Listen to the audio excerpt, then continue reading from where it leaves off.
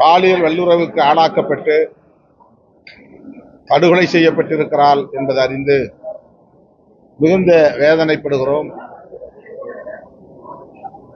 அந்த வழக்கில் கைது செய்யப்பட்டிருக்கிற அனைவருமே சிறுவர்களாக இருக்கிறார்கள் என்பது இன்னும் கூடுதல் அதிர்ச்சியை அளிக்கிறது, வேதனையை அளிக்கிறது.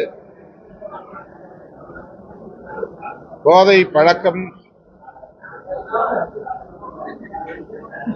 அத்தகைய இளைஞர்களை பாழ்படுத்தி இருக்கிறது என்பதை விசாரணையில் காவல்துறையினர் உறுதிப்படுத்தி இருக்கிறார்கள்.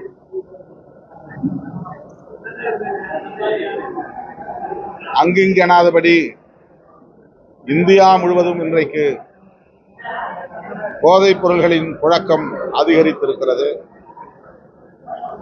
குறிப்பாக பாஜக ஆட்சிக்கு வந்த பிறகு அதானியின் கட்டுப்பாட்டில் உள்ள விமான நிலையங்கள், துறைமுகங்கள் வாயிலாக போதைப் பொருட்கள் இந்தியாவுக்கு இறக்குமதி செய்யப்படுகின்றன என்று பல்வேறு ஊடகங்கள் ஆதாரப்பூர்வமாக செய்திகளை வெளியிட்டுள்ளன. இது குறித்து நான் ஒரு விவாதத்தில் நாடாளுமன்றத்திலும் பேசியிருக்கிறேன், சுட்டிக்காட்டியிருக்கிறேன். இந்திய ஒன்றிய அரசு மற்றும் மாநில அரசுகள் இணைந்து புகையிலை, கஞ்சா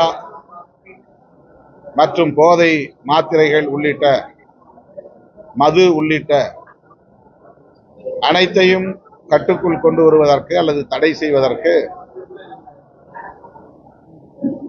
கூட்டாக சேர்ந்து ஒரு முடிவை எடுக்க வேண்டும், தீவிரமான நடவடிக்கைகளை மேற்கொள்ள வேண்டும். இது இன்றைக்கு மிக முக்கியமான ஒரு சவாலாக, மனிதகுலத்தை பாழ்படுத்தும் ஒரு சவாலாக மாறி இருக்கிறது. ஆகவே விடுதலை சிறுத்தைகள் கட்சியின் சார்பில் மாநில அரசுக்கும், தமிழ்நாடு அரசுக்கும், இந்திய ஒன்றிய அரசுக்கும், இதர மாநில அரசுகளுக்கும் வேண்டுகோள் விடுக்கிறோம். போதைப் பொருள்களின் புழக்கத்தை கட்டுப்படுத்த வேண்டும், தீவிரமாக அதை தடுப்பதற்குரிய நடவடிக்கைகளை மேற்கொள்ள வேண்டும் என்று வலியுறுத்துகிறேன். பாதிக்கப்பட்ட சிறுமியின் குடும்பத்தினருக்கு, படுகொலையான சிறுமியின் குடும்பத்தினருக்கு எமது ஆழ்ந்த இரங்கலை தெரிவித்துக் கொள்கிறோம். நாடாளுமன்ற தேர்தலை ஒட்டி இந்தியா கூட்டணி அகில இந்திய அளவிலே உருவாகி இயங்கி வருகிறது. சில நாட்களுக்கு முன்பு பீகாரிலே லல்லு பிரசாத் யாதவ் அவர்களின் கட்சி ஆர்ஜேடி சார்பாக பேரணி மற்றும் பொதுக்கூட்டம் ஏற்பாடு செய்யப்பட்டிருந்தது.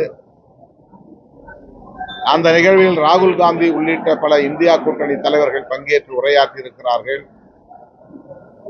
அந்த நிகழ்விலே கூடிய மக்கள் திரள் என்பது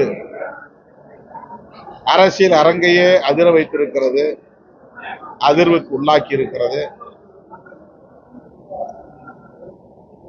குறிப்பாக பிஜேபி, அதன் தலைமையிலான கூட்டணி கட்சிகள் அஞ்சி நடுங்கக்கூடிய வகையிலே அந்த மாபெரும் மக்கள் திரள் உணர்த்தி வருகிறது.